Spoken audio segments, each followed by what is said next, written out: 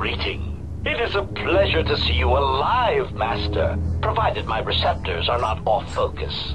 How may I be of assistance? How do you know me? I'm not your master. Answer.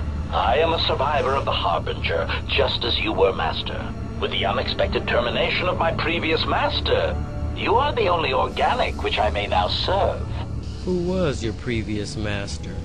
Answer. The captain of the Harbinger, Master. I was in transit to Telos to facilitate communications and terminate hostilities. However, we did not arrive at our intended destination. What happened? Irritated answer. Oh, Master, it is such a long, dull story, and not terribly relevant to our current situation. Why don't you tell me anyway? Hesitant explanation. That has been the subject of considerable discussion since our arrival here, Master. Many have attempted to claim you and this unit as salvage. I was crudely interrogated concerning our brief history together on board the Harbinger, before its communications, weapons, and engines suffered the cascade failure that disabled the ship. How come I don't remember any of this? Speculation.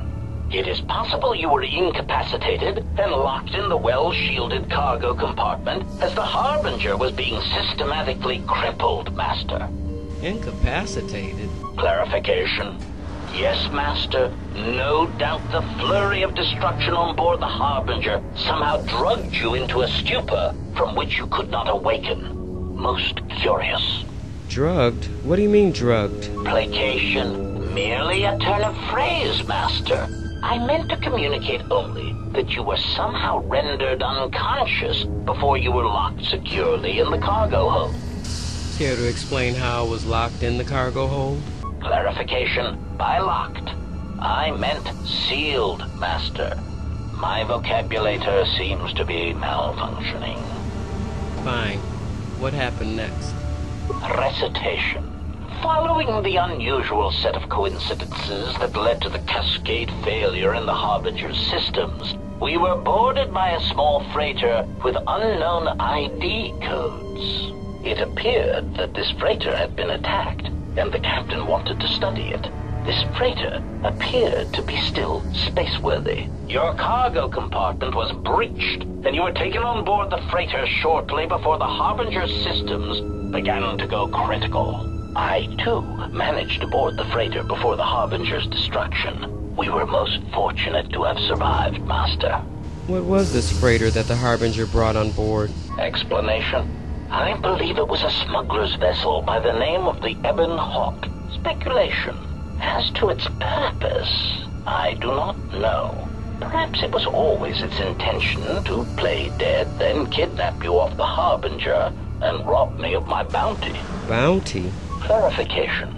By bounty, I refer to your life, Master. It would pain me to see you damaged in any way. That is why the arrival of this Ebon Hawk caused me considerable distress. And the Ebon Hawk came here? Apology.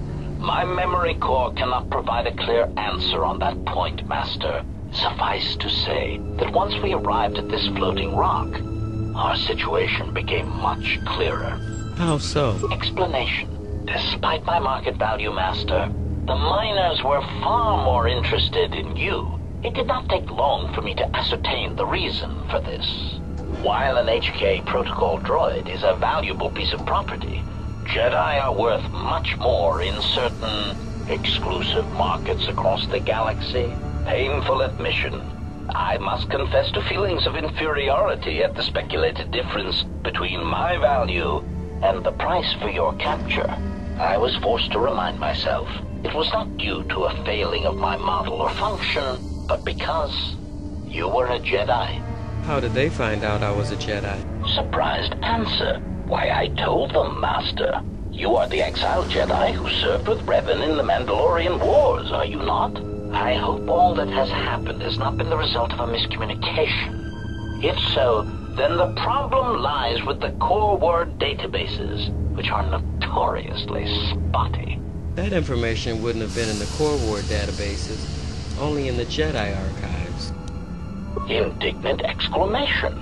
Master, I am only a protocol droid, but it is part of my function to know such information and relay it to any interested parties in the interests of terminating any potential hostiles. Potential hostiles? Quick clarification. Apparently my vocabulary has suffered some damage, Master. I meant terminating any potential hostilities. I see. Go on. Answer. They debated what to do with you as you lay unconscious in the medical bay. One group seemed intent on selling you as property. The other group opposed this. And then what happened? 3 standard hours after the division between the miners became apparent, accidents began to occur throughout the facility. A result of improper maintenance, I believe. These accidents coincided with the degradation of the mining droid behavioral cores. Crude models are prone to such failures, resulting in murderous rampages. The mortality rate of organics in the facility rose quickly. So what happened to the rest of the miners? Many miners began to join you in the medical bay as a cascade of flawlessly timed detonations occurred in isolated gas pockets in the lower levels of the facility. The explosions herded the miners into emergency sections of the station, quickly and efficiently cutting them off from communications and facility control. But sadly enough, not the ventilation systems. You see, the explosions had damaged specific sections of this facility's ventilation systems, causing a slow, lethal buildup of toxic fumes in the dormitory level. Are you responsible for all this?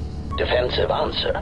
Master, I am a protocol droid, not a well-crafted assassination droid of unrivaled sophistication. To have carried out the actions that took place here would have required an unusual set of skills. It is highly unlikely I possess the knowledge of how to reprogram the memory cores of base worker-class droids into killing machines, let alone to terminate the organics at this facility, utilizing only Aerotech 500 series laser mining drills and explosives fashioned from proton missile cores. I think you are responsible. Admission. I cannot and will not attempt to change your mind, Master.